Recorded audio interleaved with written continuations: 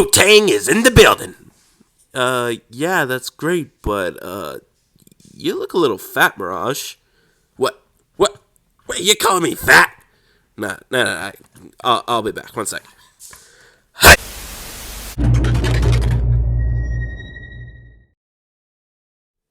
Sup, guys? And in this video, we're going to be taking a look at the new Transformers Studio Series Deluxe Class 105 Autobot Mirage from Rise of the Beasts. Now, before we get into the figure, let's take a quick look at the packaging, and then I'll be unboxing this guy. So starting off, here we have the figure, which is inside the box. Here we have the CGI artwork of Mirage. Even though it's not accurate like it is in the movie, it's still pretty cool. And I do dig the mask, even though it never appeared in the movie. On the front is a whole bunch of words and logos and Mirage. On the side is a CGI artwork, and on the other side is another CGI artwork. On the top is the Transformers Rise of the Beast logo, and on the bottom is all boring and stuff. And on the back is a better picture of what you get inside the box, and his alternate mode, which is a really good looking Porsche. And as you can see, here's the Porsche logo. I believe it took some time for Hasbro to convince Porsche to license this, so that's why I guess Porsche requested for the car mode to look like the car in real life. So I guess Hasbro went with it, and I guess that's why Mirage is a little goofy here. Because I guess the figure was more focused on the car mode, but hey, it's fine. I'm sure this figure's not too bad in his robot mode. And in the rest of the back is just words, and a barcode right there. But anyways, I think it's time we unbox this guy. So let's get to it. Well, here's the figure. Let me get that out of the way. I guess I'll just take it out like so.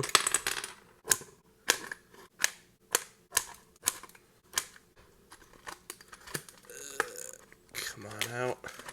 Alright, got it out. And here we have Mirage out of the box. So my first impression is that this figure is very hard to move around due to all the kibble. But starting off, painting and sculpting, it's pretty decent. The head sculpt is nice, looks a little accurate. The rest of his body, however, not so much. But it's not half as bad as the back, which is Kibbletopia. This is a little weird. Now, despite the robot mode being a little wonky, the car mode is way much better. But we'll get to the car mode a little later.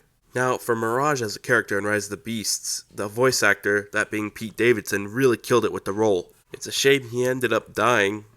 Well, sort of. I'm sure he will be returning in the sequel to Rise of the Beasts, as we did get to see a little bit of him when he returned, but he was all rusty and busted up, as was his car mode.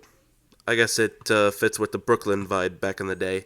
Oh, and the figure does in fact come with one accessory, that being his little plasma cannon, and I believe it's able to fit in both his left arm and right arm. I've tried with the right arm, not the left arm yet. Fits perfectly. And he looks pretty good with his cannon on. Now, it would appear if the gun barrel is 5mm compatible, but it's not. It's a little bit bigger.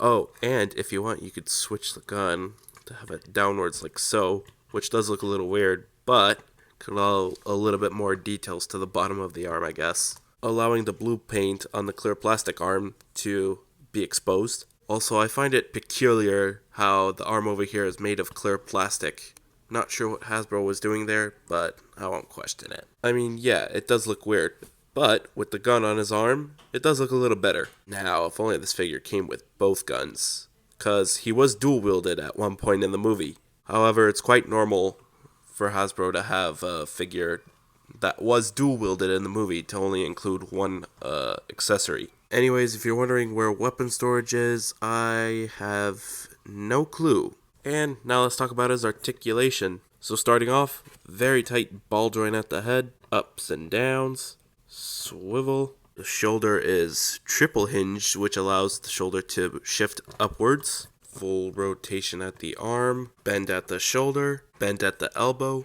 This is more of a bicep swivel, wrist swivel, waist swivel, unintentional ab crunch. Legs can spread, leg can move forward, can move backwards. Thigh rotation, not much of a bend at the knee due to all the kibble, but if you remove the wheel and then move this a little upwards, you can do a 90-degree knee bend, sort of. And the foot is on a ball joint, which allows for you to easily pop the foot off. For the foot being a ball joint, it can move from side to side, up and down, and a swivel. And lastly, the toe is on a hinge joint.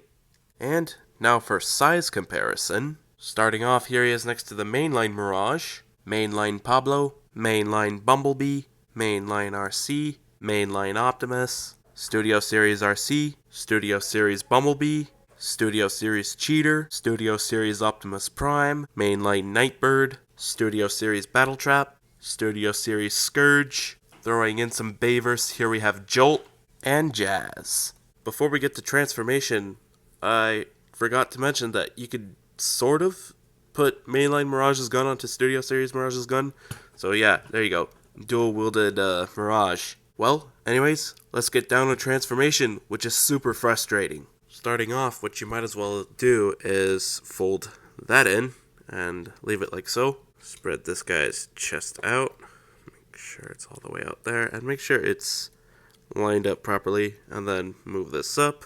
Now what you're going to want to do next is move this out so that way you can have enough space to leave that inwards. And then what you're going to do next is have this closed in. Now what I recommend you do is you take this out. You weren't supposed to plug it in onto the chest piece without having the wheels pushed down, and then you could tab everything together.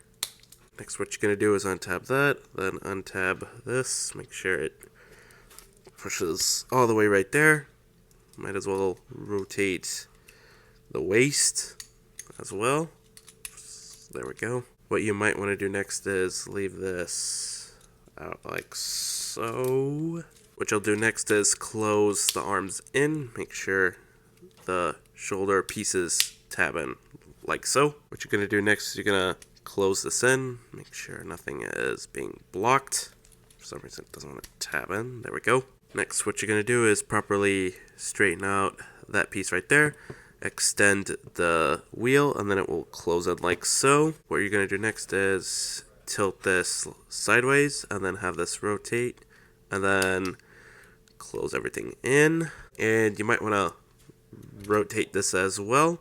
Same process applies to the other side. Might as well have these closed in, but make sure they are outwards like so, because then what you're going to do next is you're going to fold this in, and then there will be 2 slots somewhere around there. Actually, no, there will be a slot right here which will peg into a tab right there, which is super difficult to do, let alone trying to push it downwards. Next, what you will do is tab everything in like so, and then lastly, coming back to this panel, you're going to flip it and then close it in. Make sure you give it a good push so that way it stays there. And then one more step, that being to fold in his feet. And here we have his car mode. Now, the car that Mirage transforms into is the Porsche 911, which is a pretty small car. I've seen it in person. I'm like, what is that tiny thing? But anyways, the details are pretty cool on this car. It looks exactly like how it was in the movie. Oh, and I like how the Autobot logo is right there. Also, here's the Porsche logo. Oh, and what's cool about the alternate mode for Studio Series Mirage that Mainline Mirage doesn't have is that everything is silver rather than Games Workshop Gray or whatever it's called. And the spoiler's pretty good, as well as the lights around here. This is really accurate. And as you can see in the bottom, it's folded neatly. And if you're wondering where the cannon goes, there's 2 tabs right here that will peg into those 2 slots right there. Hopefully I can tab it in. It's a little difficult. Got it in. Now the interesting thing was that Mirage in G1 would transform into a Ferrari. Not really a Porsche car. Jazz would turn into a Porsche car in G1. But what I thought was cool was how in the Rise of the Beast movie, they gave us a nod to G1 and had Mirage turn into a Ferrari. And a Lambo, which is interesting. Hopefully we can get like some exclusive 2-pack where it's Mirage and another Mirage, but like they transform into the 2 different alternate modes. That would result in a remold, but still, that would be something interesting to see. Plus, it would be interesting seeing a Mirage in a garbage truck. He'd have to be Voyager class, though, but I'd still be okay with that. wouldn't mind having a Voyager class Mirage. As for the Lamborghini and Ferrari Mirage, I guess Hasbro would probably, I don't know, put those two in a Target exclusive Buzzworthy 2-pack. I mean, maybe. I don't know. We'll see. Well, anyways, I think that's pretty much it. I think that's all I had to say for this guy.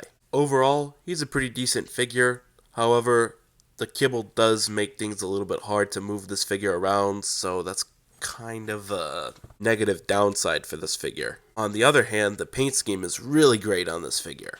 Now, if you had to choose between the Studio Series version and the Mainline version, I'd recommend the Studio Series version, as it looks a little better due to the paint. If you want to get him, he's available on Amazon for about like a good $38 to $45, which is a lot, but I'm sure you can find him in the wild.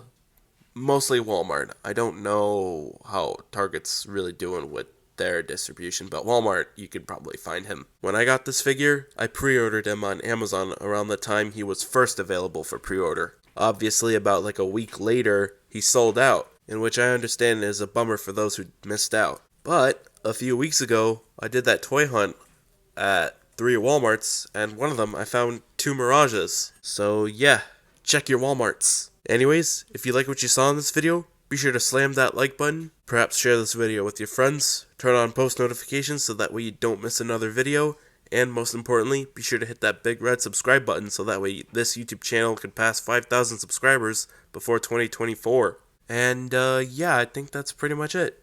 See ya!